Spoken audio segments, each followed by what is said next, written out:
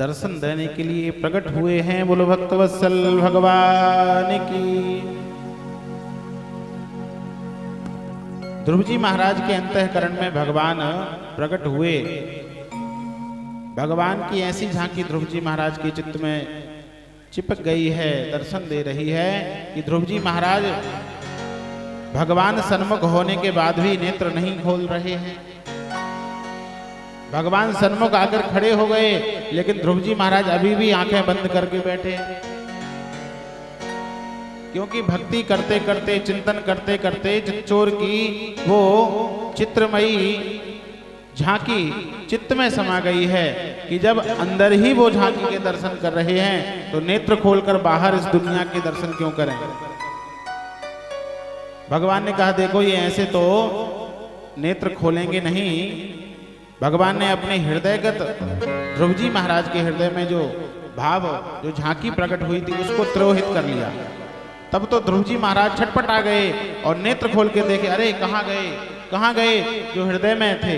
हृदय के भगवान को जब साक्षात देखा प्रफुल्लित हो गए। अब तो चरणों में गिरते हैं, साष्टांग प्रणाम करते हैं, फिर खड़े हो जाते हैं, फिर गिरते हैं, फिर खड़े हो जाते हैं। गुरुदेव ने भगवान की प्राप्ति का मार्ग बताया था, लेकिन भगवान मिल जाएं उसके बाद क्या करना ये तो पूछना भूल गया। अब मैं तो कोई भगवान की स्तुति भी नहीं जानता हूं, भगवान की पूजन भी नहीं जानता हूं। वही 5 वर्ष का बालक क्या जानेगा। भगवान ने उनकी स्थिति को समझ गए और अपना पांचजन्य शंख ध्रुव जी महाराज के कपोल से छुआ दिया है। तो भगवान की कृपा होते ही मूकम करोति वाचालम पंगुम लंघयते गिरिम यद कृपा तमहं वन्दे परमानंद माधवम। भगवान चाहे तो गूंगे को भी बाचाल बना दे, ऐसा बोले कि सबकी बोलती बंद कर दे। भगवान कृपा कर दें तो लंगड़ा भी पहाड़ को चढ़ जाएगा, समुद्र को लांग जाएगा। भगवान की कृपा के फलस्वरूप व्यक्ति कब रंग से राजा बन जाए।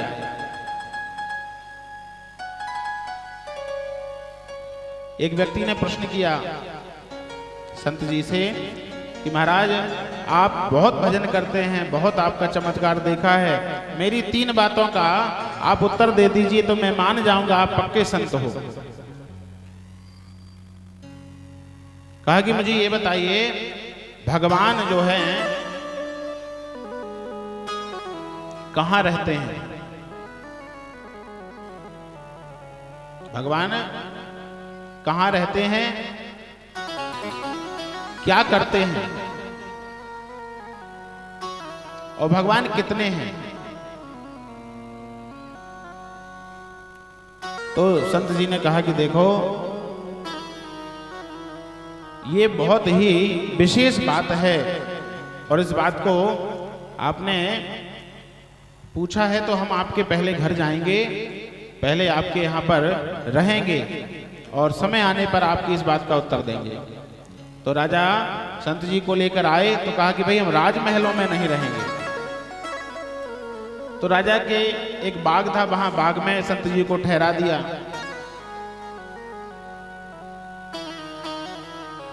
राजा ने जो प्रश्न किया था संत जी ने कहा कि देखो अब ये बहुत उत्तम प्रश्न है, भगवान से संबंधित प्रश्न है, तो हम अकेले उस प्रश्न का उत्तर तुम्हें दे दें और तुम सुन लो, तुम भूल जाओगे। हम तो सभी जनता को वो उत्तर देना चाहते हैं। व्यवस्था की,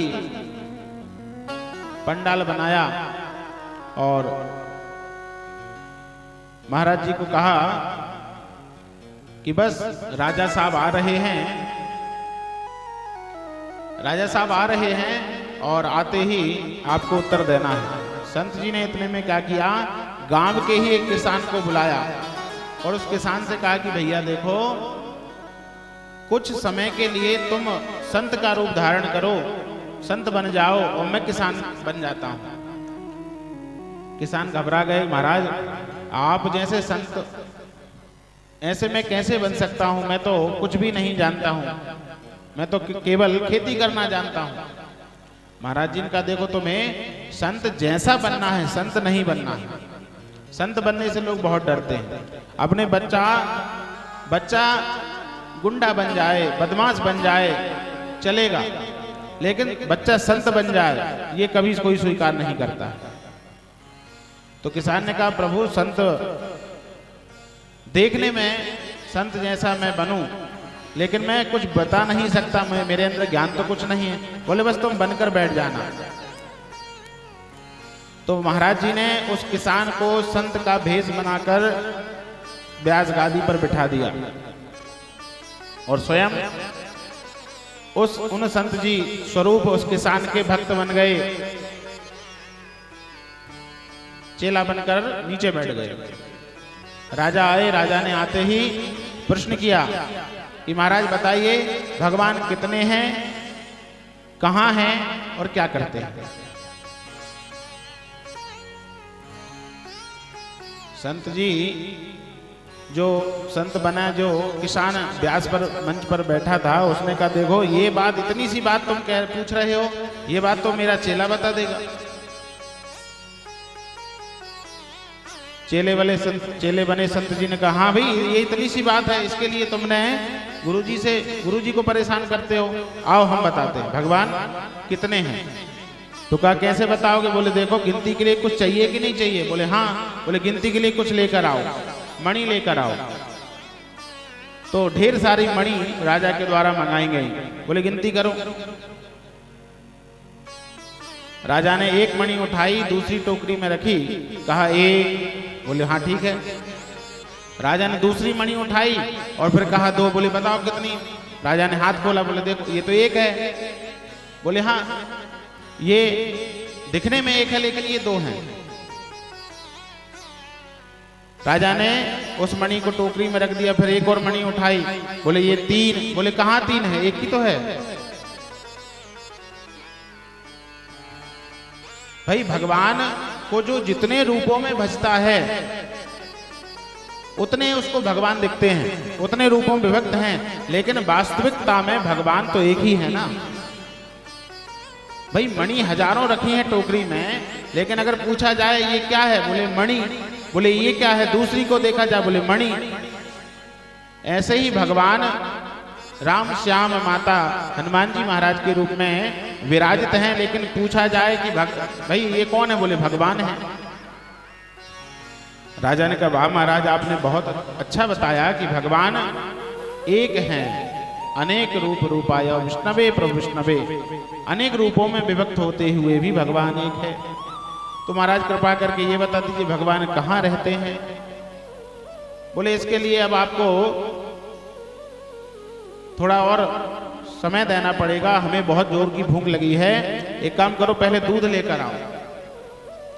तो दूध की व्यवस्था की गई, सोने के लोटे में दूध भरकर संत जी को दिया गया। अब संत जी दूध को पिए नहीं, उस दूध में उंगली घुमाते। राजा कहता है इसमें कुछ भी कचरा नहीं है, आप पी लीजिए, आप ये उंगली क्यों घुमा रहे हैं। बोले मैं ढूंढ रहा हूं इसमें घी कहाँ है। बोले महाराज आप भी बच्चों जैसी बातें करते हो, दूध के अंदर आपको घी कैसे मिलेगा।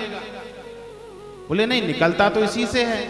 बोले हाँ निकलता इसी से है। दूध का जो है, दूध को पहले जमाया जाता है, जमाकर मथा जाता है, मथने के बाद मक्खन निकलता है, मक्खन को गर्म करके घी प्राप्त होता है। डायरेक्ट दूध से घी कैसे मिलेगा। तो कहा कि भैया भगवान भी कहाँ रहते हैं ये मैं बताऊं। भगवान चराचर विश्व में रहते हैं, पर मिलते क्यों नहीं। तो बोले भगवान जैसे दूध के अंदर घी रहता है, उसे विधि के अनुसार उसका जब संशोधन किया जाता है तब घी की प्राप्ति होती है। ऐसे ही भगवान व्याप्त तो जगत में हैं, लेकिन जब तक तपस्या के द्वारा अपनी भक्ति को पुष्ट करके और तपस्या का तप जब देंगे तब भगवान जो है प्राप्त होंगे। जैसे दूध को मक्खन बनाकर गर्म करके घी मिलता है, ऐसे ही चराचर विश्व में व्याप्त भगवान भी तपस्या से मिलेंगे, भक्ति से मिलेंगे। अच्छा महाराज, बहुत अच्छा आपने बताया, लेकिन एक प्रश्न और रह गया। बोले क्या? बोले भगवान क्या करते हैं? अब जो नीचे संत रूपी जो किसान बैठे थे, उन्होंने कहा एक काम करो राजन, ये राज सिंहासन जो तुम लगाकर बैठे हो इससे नीचे उतरो, क्योंकि तुम शिष्य हो और हम तुम्हारे गुरु हैं, क्योंकि हम तुम्हें ज्ञान दे रहे हैं। तो राजा चरणों में बैठे और जो किसान रूपी संत जी हैं वो सिंहासन पर जाकर बैठे। महाराज ये क्या कर रहे हैं? बोले ये हम बता रहे हैं कि भगवान क्या करते हैं। मस कहीं करें विरंचि सम, अजहु मशकते ही। भगवान राजा को कब रंग बना दें, कब रंग को राजा बना दें, ये भगवान की कृपा कब किस पर हो जाए। तो भगवान का क्या काम है? भगवान का यही काम है कि 2 क्षण पहले तुम राजा थे, आज तुम रंग बन के नीचे बैठ गए हो। आज राज सिंहासन तुम्हारा हमें प्राप्त हो गया है। तो राजा देखो, भगवान का ये कार्य है। तो मूकम करोति वाचालम, भगवान गूंगे को भी वाचाल बना देते हैं। इतना बोलता है कि लोग उसके सामने सबकी बोलती बंद हो जाती है। तो आज ध्रुव जी महाराज को जब कपोल से शंख छुआया है तो सुंदर 12 अक्षर मंत्र का जिन्होंने जप किया है, तो 12 श्लोकों में भगवान की स्तुति की है। योऽन्तः प्रविश्य मम वाचमिमां प्रसुप्तां संजीवयत्यखिल शक्तिधरा स्वधाम्ना, अन्यस्य हस्तचरणश्रवणत्वगादि प्राणान्नमो भगवते पुरुषाय तुभ्यम्। अब तो वेद वेदांग ध्रुव जी महाराज के कंठ में आ गया, कंठस्थ हो गया और सुंदर भगवान की स्तुति करने लगे। अत्यंत ही प्रसन्न हैं, अत्यंत ही आह्लादित हैं। भगवान जो कठोर तपस्या से भी नहीं मिलते हैं, जन्मों जन्मों की, हजारों जन्मों की तपस्या लग जाती है, लेकिन भगवान ने ऐसी कृपा करी, मुझे तो भगवान मात्र 5 महीने में ही मिल गए। गदगद हो गए, भगवान से प्रणिपात किया और भगवान ने कहा बेटा अब वरदान मांगो। ध्रुव जी महाराज ने कहा प्रभु मैं तो कामना परक ही मेरा अनुष्ठान था, मैं तो ये कामना लेकर ही बैठा था कि मैं पिता के सिंहासन पर कैसे बैठूंगा, लेकिन प्रभु सच बताऊं अब आपको पाकर अब कोई भी मन में अभिलाषा नहीं बची है। भाई जब पूर्ण से मिलाप हो जाए फिर अपूर्ण वस्तु कोई जीवन में नहीं रहती है। भगवान का देखो, हम जब आते हैं तो बिना दिए हम जाते नहीं हैं। कुछ मांगो हमसे। ध्रुव जी महाराज से बार बार भगवान वरदान मांगने का कहते हैं, लेकिन ध्रुव जी महाराज ने कुछ नहीं मांगा।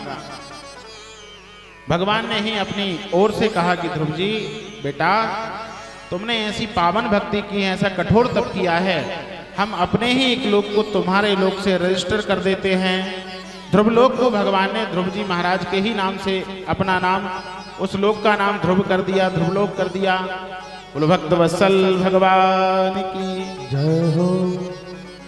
एक समय तो ऐसा था कि राज सिंहासन भी मिलना जिसके लिए कठिन था, आज भगवान ने उत्तम ध्रुवलोक को दिया है और कहा कि बेटा 33,000 वर्षों तक तुम अपने पिता की सिंहासन पर राज्य करोगे, उसके बाद मृत्यु आने पर मृत्यु के सिर पर पैर रखकर तुम ध्रुवलोक को पहुंचोगे।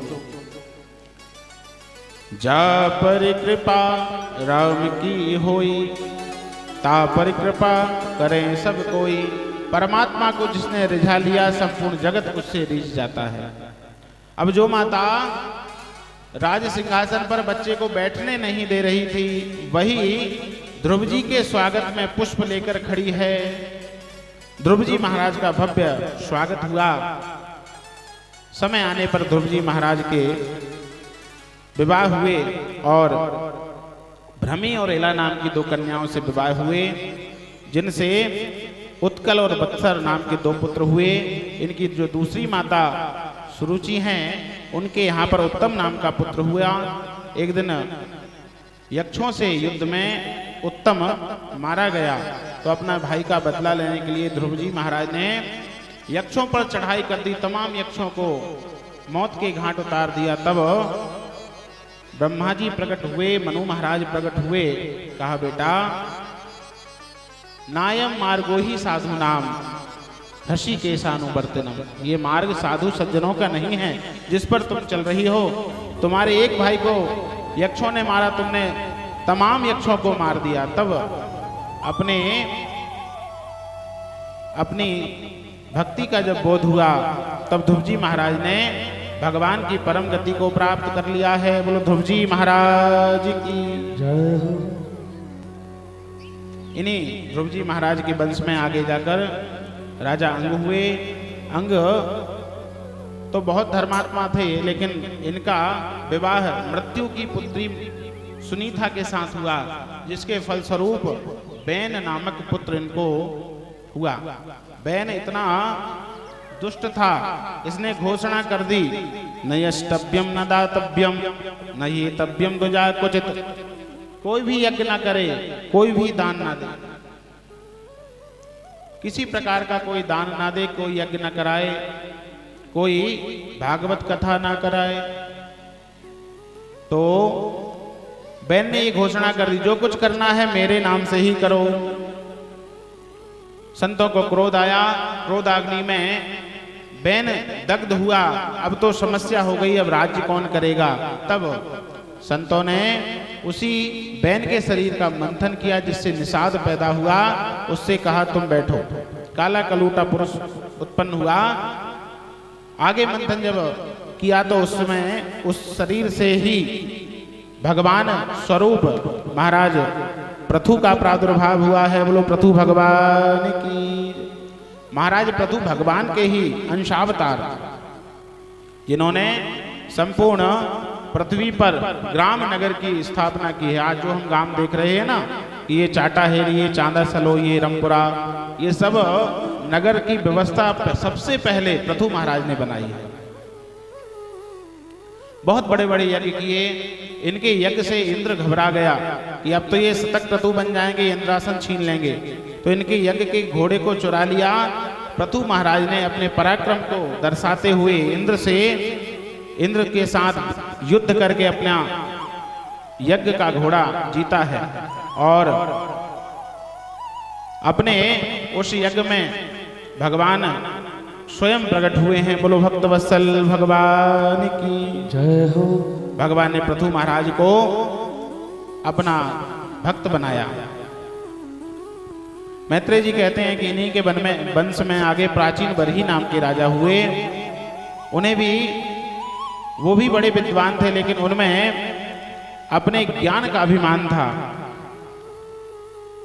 बड़े बड़े यज्ञ जिन्होंने किए, बड़े बड़े यज्ञों के द्वारा उस यज्ञ में पशुओं की बलि देते हैं, पशुओं की बलि देते हैं। एक दिन नारद जी ने देखा कि इनसे ये तो बहुत अहित हो रहा है। नारद जी पधारे और कहा महाराज जरा ऊपर सिर करके देखिए। तो राजा ने जब ऊपर देखा तो तमाम पशुओं को जिन्होंने यज्ञ में मार दिया इन्होंने, वो सभी क्रोध भरी दृष्टि से राजा की ओर देख रहे हैं। नारद जी से पूछा महाराज ये कौन है? बोले ये वही हैं जो तुमने यज्ञ के बहाने इनको मार दिया। अब महाराज ये क्या करेंगे? तो बोले जैसे तुमने इनको मारा ये तुम्हें मारेंगे। घबरा गए महाराज, अब क्या होगा? मैंने तो गुरुदेव के कहने पर ये सब किया है। बोले देखो जो भी बलि प्रथा है वो वेदों में निवृत्ति परक है, प्रवृत्ति परक नहीं है। भाई जो रोज अनंत पशुओं की बलि करने लगे थे, उन लोगों को रोकने के लिए कदाचित कहीं पर बलिदान करने का, बलिदान करने का प्रसंग आ जाता है। तो जो रोज बलि कर रहे हैं तो कभी बड़े बड़े यज्ञों में एकाध पशु की बलि हो जाए। इस प्रकार निवृत्ति परक बलि प्रथा को बताया है। तो महाराज अब क्या करें? बोल उन्हें पुरंजन उपाख्यान के द्वारा राजा को स्वस्थ किया है। राजा भी भगवान के पाद पद्मों में अपना सर्वस्व न्योछावर करके भगवान के भक्त बने हैं। बोलो भक्त वत्सल भगवान की जय।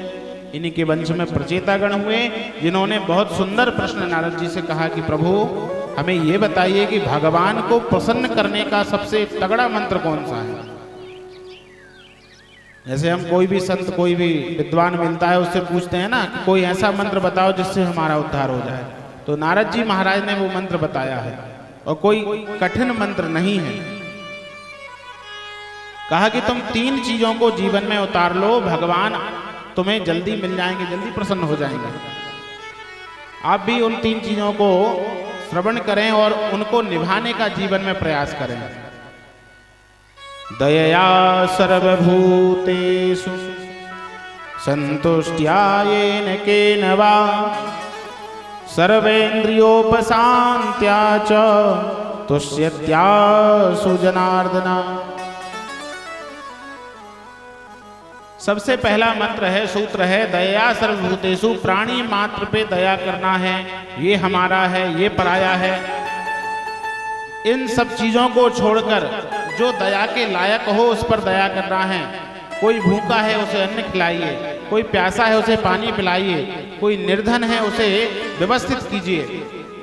इससे भगवान मिलते हैं, शीघ्र प्रसन्न होते हैं। दूसरा सूत्र बताया, संतुष्ट या येन केनवा। भगवान ने जो कुछ दिया है, जितना दिया है, जैसा दिया है, उसमें प्रसन्न रहना है। हम अपनी स्थिति को ना जानकर दूसरे को देखकर अपने उस सुख को भी भूल जाते हैं। दूसरे के बड़े पद को देखकर, दूसरे की संपत्ति देखकर हम अपनी जो संपत्ति उसका भोग भी नहीं कर पाते, जीवन भर रोते रहते हैं, हे भगवान हमारे पास तो 10 एकड़ जमीन है, सामने वाले के पास तो 25 एकड़ जमीन है। हमारे पास तो 1 बीघा जमीन है, सामने वाले के पास तो इतनी सारी जमीन है।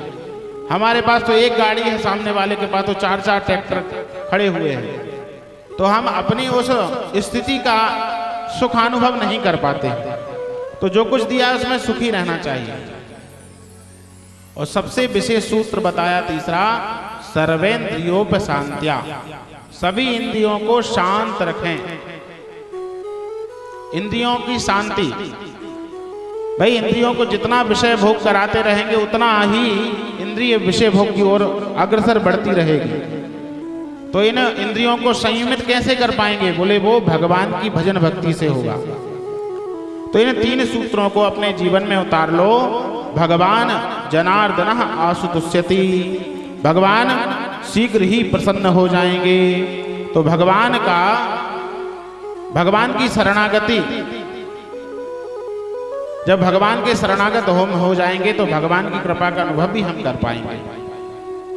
सब कुछ जो है भगवान के चरणों में समर्पित कर दो और भगवान से बस एक ही विनय करो, सिर पर सीताराम फिकर फिर क्या करना, सिर पर सीताराम फिकर फिर क्या करना, सिर पर सीताराम फिकर फिर क्या करना, सिर पर सीताराम फिकर फिर क्या करना, क्या करना क्या करना, फिकर फिर क्या करना, क्या करना क्या करना, फिकर फिर क्या करना, बिगड़ बनेंगे का फिकर फिर क्या करना, बिगड़ बनेंगे का फिकर फिर क्या करना।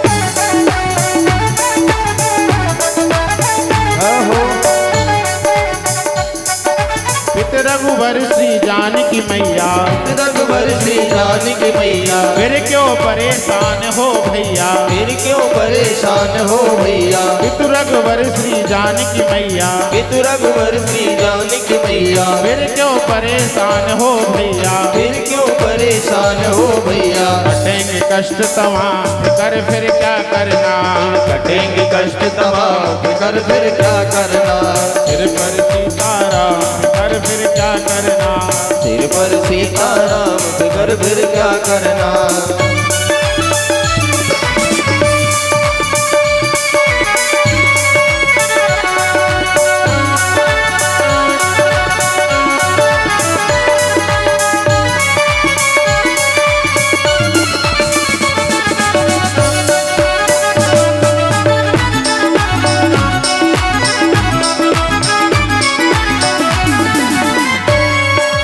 अगर प्रभु मनमानी करेंगे, अगर प्रभु मनमानी करेंगे, अगर प्रभु मनमानी करेंगे, अगर प्रभु मनमानी करेंगे, नहीं शरणागत पीर हरेंगे, नहीं शरणागत पीर हरेंगे, नहीं शरणागत पीर हरेंगे, नहीं शरणागत पीर हरेंगे, होगा विरद बदनाम कर फिर क्या करना, होगा विरद बदनाम कर फिर क्या करना, सिर पर सीताराम कर फिर क्या करना, सिर पर सीताराम कर फिर क्या करना।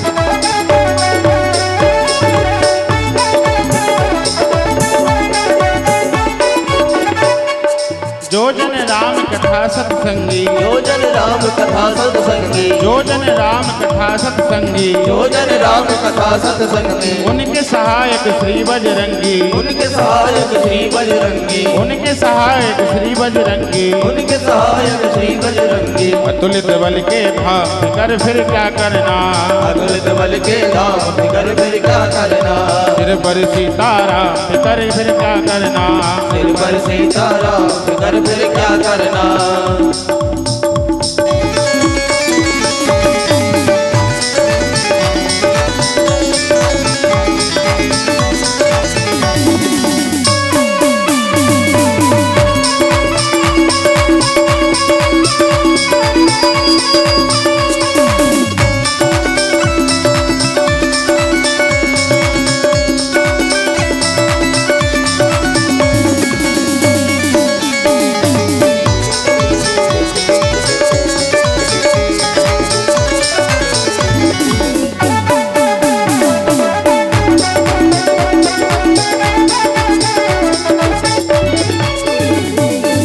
भक्तवत्सल भगवान की जय हो।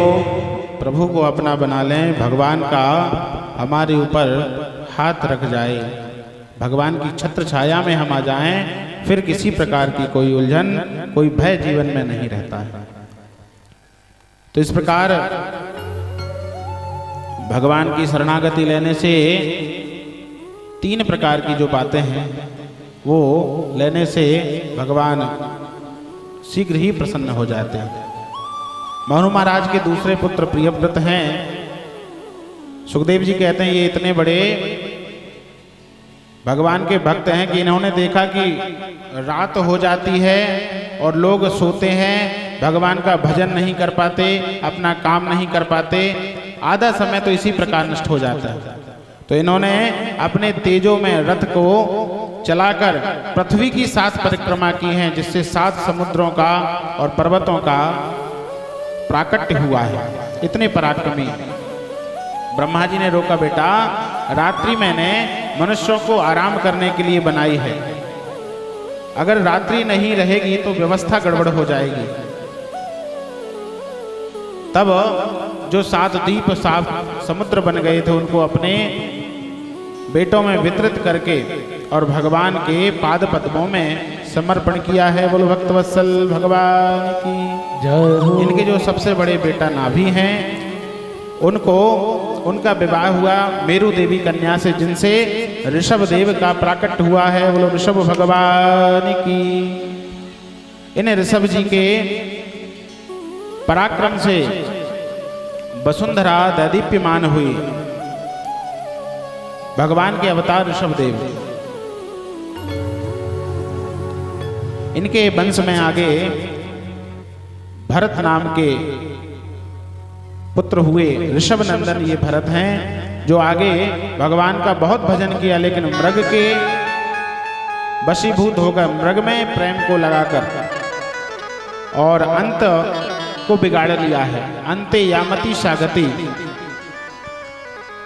वन में तपस्या करते थे, मृग का बच्चा इन्हें दिखा कि ये मृत्यु होने वाली है इसकी, तो उसको बचाया और अपने आश्रम में रखा। उन्हीं के प्रेम में भजन छूटता गया और उसका पालन करने लगे। अंत समय में जो है मृग के ही ध्यान को करते हुए प्राणांत हुआ और अगले जन्म में मृग बने, लेकिन भक्ति के चमत्कार से मृग रूप में भी, मृग योनि में भी अपने स्वरूप का ज्ञान रहा और आगे जाकर पुनः भगवान के पाद पद्मों में पदार्पण किया है। बोलो भक्तवत्सल भगवान की जय। परीक्षित महाराज ने बहुत सुंदर प्रश्न किया, महाराज जिन नरकों की आप बात करते हैं वो नरक कहाँ है? तब सुखदेव जी कहते हैं, महाराज पृथ्वी से 100 योजन नीचे यमपुरी है। उस यमपुरी में 24 प्रकार के महा नरकों का वर्णन है, महानरक विद्यमान है। नरक में जाकर, नरक क्या है? नरक वो स्थान है जहां पर सफाई का काम होता है। जैसे धोबी कपड़े को धोकर स्वच्छ करता है, वैसे ही यमराज जी नरक में पापियों को धोकर उसे स्वच्छ बनाते हैं। तो कौन से पाप से कौन सा नरक मिलता है, ये थोड़ा बताया है। तामस, रंध्र तामस, रौरव, महारौरव, कुंभी पाक, विविध प्रकार के नरक हैं। तो बताया जो पर संपदा का हरण करता, दूसरे की संपत्ति को छीनता है, किसी के भाग को कोई स्वीकार करता है। जैसे किसी को निर्धन का धन हो, ब्राह्मण का धन हो, संत का धन हो, गरीब का धन हो, अगर धन का हरण करते हैं या किसी की स्त्री रूपी धन का हरण जो कर लेता है, बच्चों का हरण कर लेता है, उसे तामिस्र नामक नरक में ले जाते हैं। वहां पटक पटक कर तामे जैसी गर्म तपाई हुई भूमि पर उसे मारते हैं। जो भक्ष करते हैं, जो मांस मदिरा का पान करते हैं, उन्हें कुंभी पाक नरक में ले जाया जाता है। वहां पर खौलते हुए तेल को उनके मुख में डाला जाता है। तुमने खूब उल्टी सीधी चीजों को खाया है, अब इसकी शुद्धि ऐसे होगी। जो आए हुए अतिथियों का सम्मान नहीं करता, जैसे मेहमान कोई घर में आ जाए, अतिथि कोई घर में आ जाए, तो उन्हें टेढ़ी नजर से देखता, अच्छा अब ये आ गए, इनकी सेवा करनी पड़ेगी। तो ऐसे पापियों को वज्रतुंड नामक नरक में पटक दिया जाता। वहां क्या व्यवस्था है? वहां पर गिद्ध आदि उनकी आंखों को लौंचते हैं। तुमने जो है तिरस्कृत दृष्टि से अतिथि को देखा है।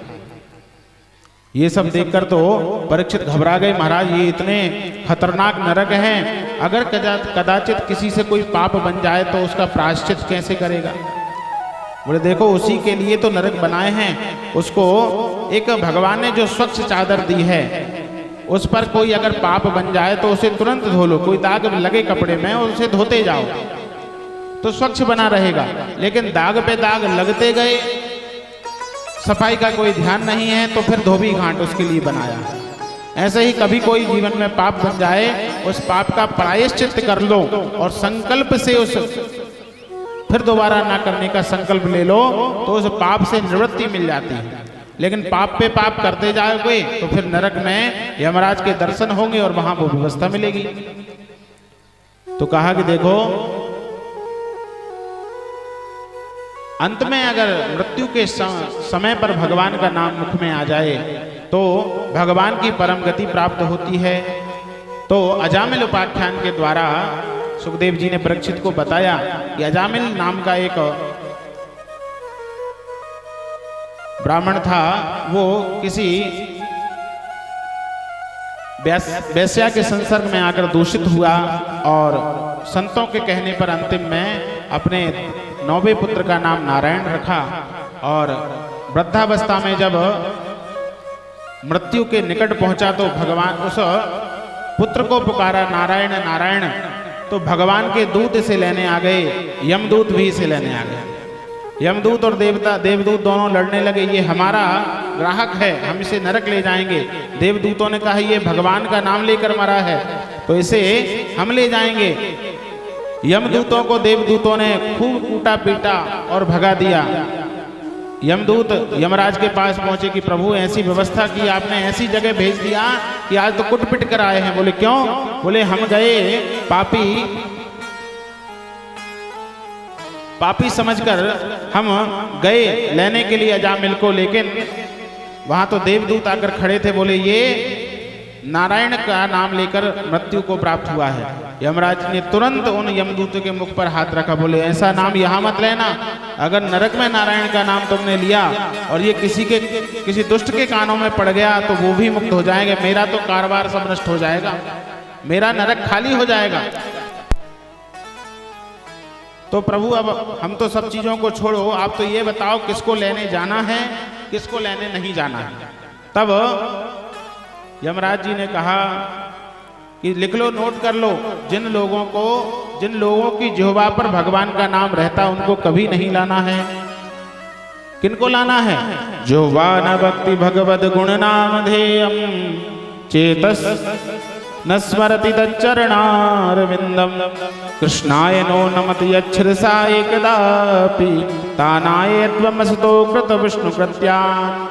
जिनका सिर भगवान के चरणों में ना नवे उसको ले आओ, जिनके मुख से कभी भगवान की भजन ना निकले, भगवान के नाम स्मरण ना करें, उनको ले आओ। जिनका चित्त भगवान में ना रमे, इधर उधर की बातों में ही लगा रहे, भगवान के पंडाल में भी बैठकर इधर उधर की बातें जो करे उसको लेकर आ जाओ। जो भगवान के भजन में ताली ना बजाए, जो भगवान के भजन को ना गाए, उसको लेकर आ जाओ। व्यवस्थित हो गए। यमदूतों को पर्चा मिल चुका है। अब आप लोग भी ध्यान रखना, भगवान में ही चित्त लगा कर रखना, भगवान का भजन करना, भगवान का भजन हो रहा हो उसमें ताली भी जरूर बजाना। बोलो भक्तवत्सल भगवान की जय हो। तो ऐसे भगवान का अंत समय में नाम लेने से भगवान की परम गति प्राप्त होती है। सुखदेव जी महाराज कहते हैं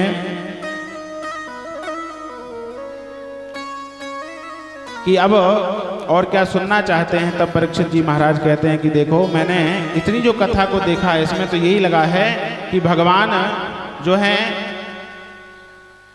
केवल भक्तों पर ही कृपा करते हैं। दैत्यों को तो भगवान ढूंढ ढूंढ कर मारते हैं। किसी दैत्य पर भी भगवान ने कृपा की है क्या? तो सुखदेव जी सुंदर महाराज प्रहलाद का चरित्र कह उठे। बोलो भक्तवत्सल भगवान की जय हो। कहते हैं जिस हिरण्याक्ष को भगवान ने पृथ्वी रक्षण के लिए मारा था, उसी का बड़ा भाई हिरण्यकशिपु हुआ, जिसने घोर तपस्या करते हुए भगवान को, ब्रह्मा जी को प्रसन्न कर लिया और ब्रह्मा जी से वरदान मांगा कि मैं ना दिन में मरूं, न रात में मरूं, न अस्त्र से न शस्त्र से, किसी प्रकार में ना मरूं। जो भी तपस्या करता है सबसे पहले अमर होने का वरदान मांगता है। तो ब्रह्मा जी ने कहा कि भाई अमर हम ही नहीं हैं, तुम्हें अमर कैसे बनाए? तो फिर इतने सारे इसने वरदान मांग लिए।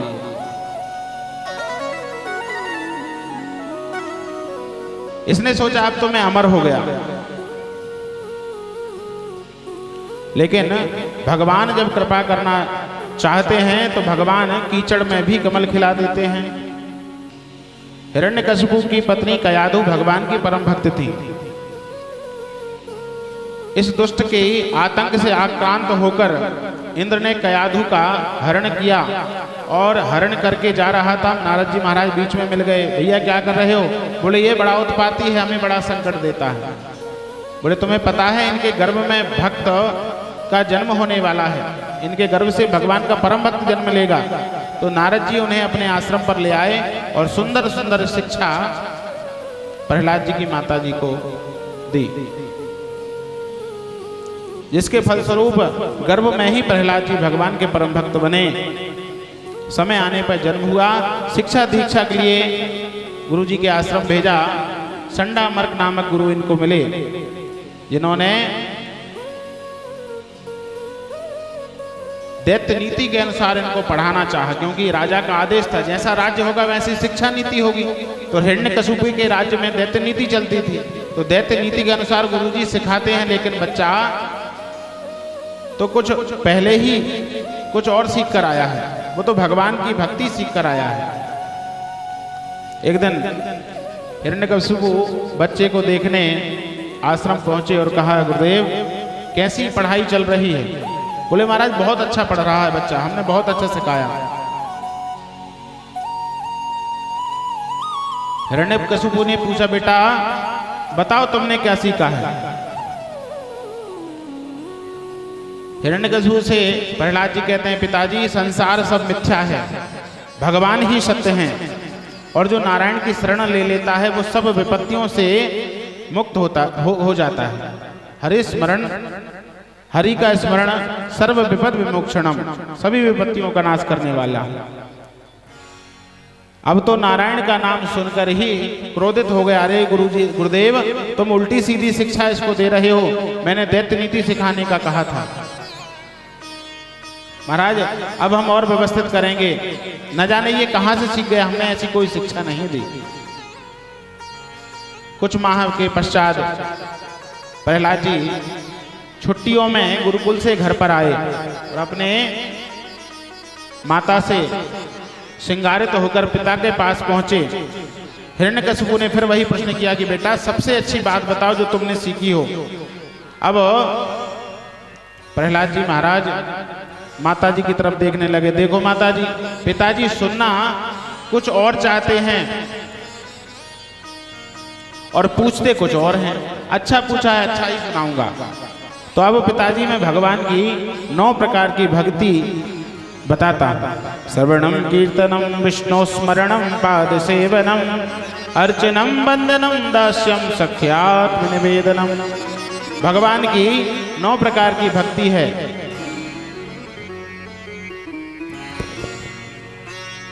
श्रवण करो, कीर्तन करो, भगवान के स्मरण करो, भगवान का पाद सेवन करो। और आज हमारे मध्य में श्री अनिल धाकड़ जी सरपंच साहब चाटाहेड़ी से व्यासपीठ के सम्मुख आए हैं, व्यासपीठ का आशीर्वाद प्राप्त कर रहे हैं। और मैं आचार्य जी से निवेदन करूंगा कि पटके से हमारा स्वागत करें।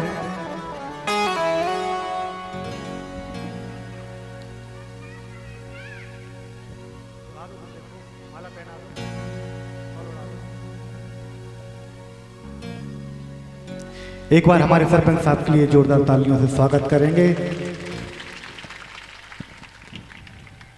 कहते हैं मंजिल तो मिल ही जाएगी भटक कर ही सही, मंजिल तो मिल ही जाएगी भटक कर ही सही, गुमराह तो वो लोग हैं जो अभी घर से निकले ही नहीं।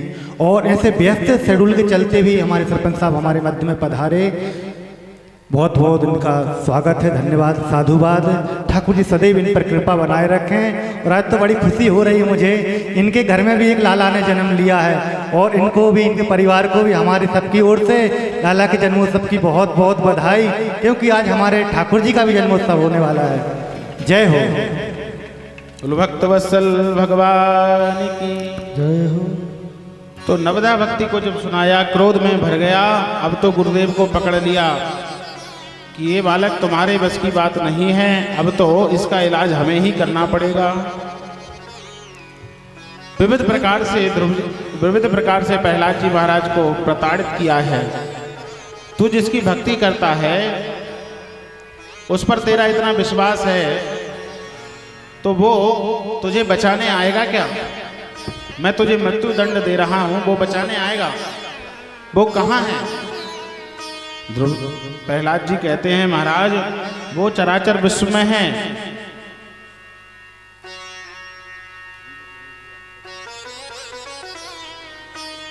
तो पूछा कि इस एक खंबे की ओर इशारा करते हुए कहा कि इस खंबे में भी क्या तुम्हारा भगवान है?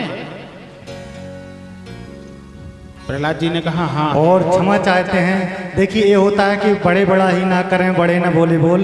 हमारे मध्य में श्री सुनील धाकड़ जी अध्यक्ष श्री हिंदू उत्सव समिति बैरसिया सही पधारे थे। इनका भी बहुत बहुत मैं यहाँ से व्यासपीठ से स्वागत करता हूँ। इनके लिए भी जोरदार तालियों का स्वागत करें। धन्यवाद।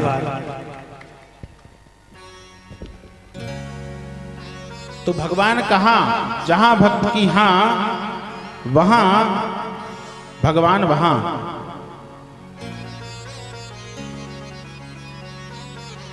खड्ग प्रहार खंबे पर किया है और उस खंबे से भगवान नरहरि नृसिंह के रूप में अवतरित हो गए हैं। बोलो नृसिंह भगवान की जय हो। गगड़ गड़गड़ानो खंब फाटो चल चलानो निकसो नराहर को रूप अति भयानक है।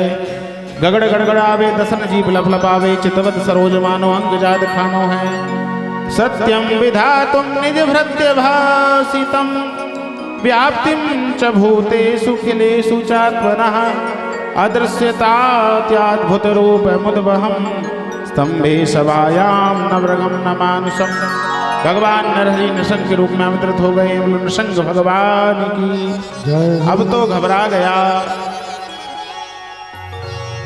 भागने लगा तो भगवान ने पकड़कर और महल की दहलीज पर बैठ गए हैं। भगवान ने गोद में लिटा लिया है हिरण्यकशिपु को और कहा है कि तुमने मेरे भक्त को बहुत प्रताड़ित किया है। हिरण्यकशिपु बोला मैं तुम्हारे हाथ से मरने वाला नहीं हूँ, ब्रह्मा के वरदान मेरी रक्षा करेंगे। बोले तूने वरदान क्या मांगा है?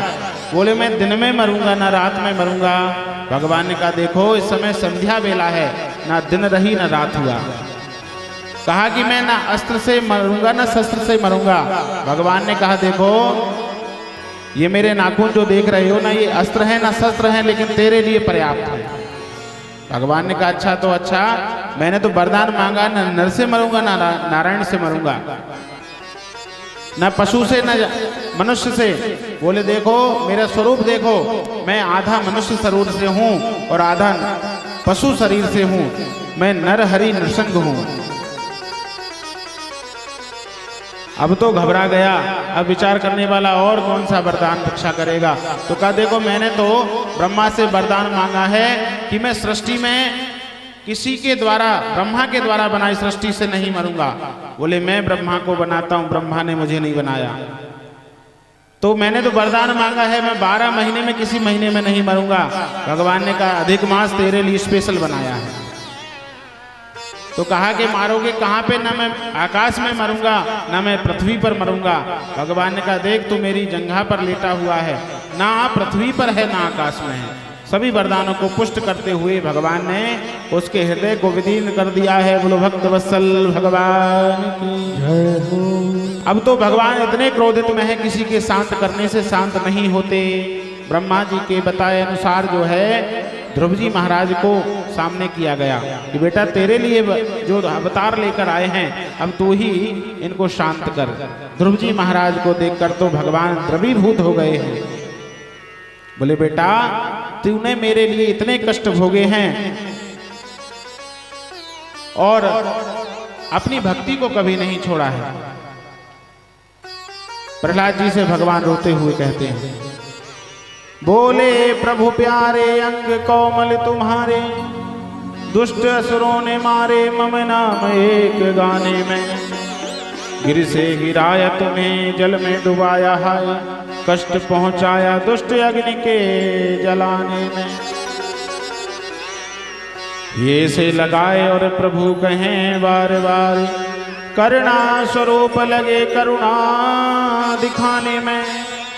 मंजुल मखार बिंद चूम चूम कहे प्रभु, क्षमा करो पुत्र मुझे देर भई आने में। बोलो भक्त वत्सल भगवान की।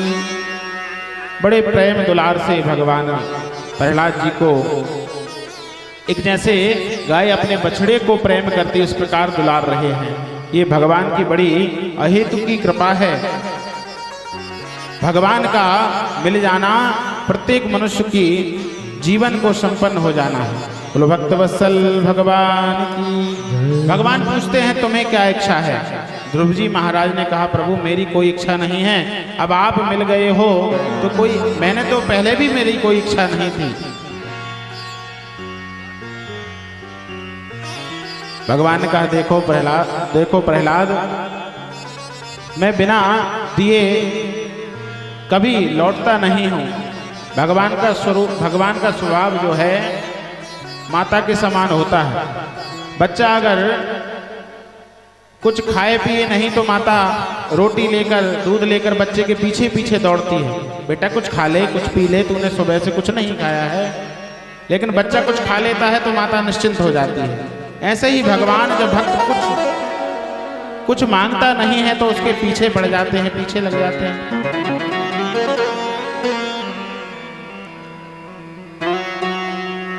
भक्त के पीछे भगवान पड़ जाते हैं, कुछ मांग ले, और भक्त कुछ मांग लेता है तो भगवान फिर निश्चिंत हो जाते हैं, चलो इसने कुछ मांग लिया। तो बार बार भगवान कहते हैं कुछ मांगो, लेकिन प्रहलाद जी कुछ भी नहीं मांग रहे हैं।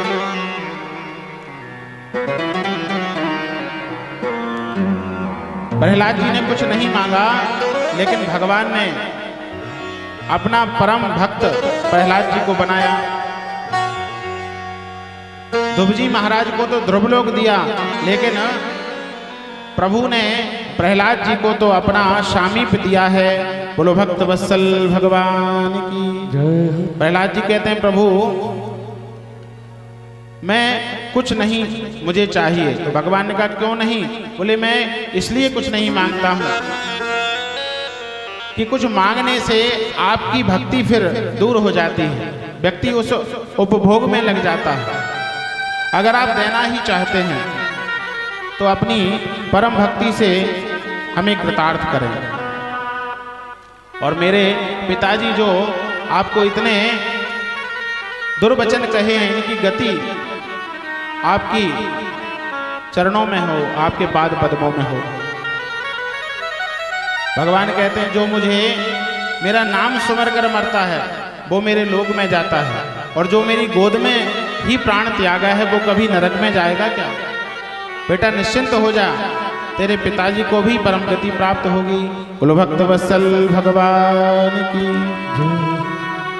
ध्रुव जी प्रहलाद जी महाराज कहते हैं प्रभु बस एक ही इच्छा है कि आपकी भक्ति सदैव मेरे जीवन में बनी रहे।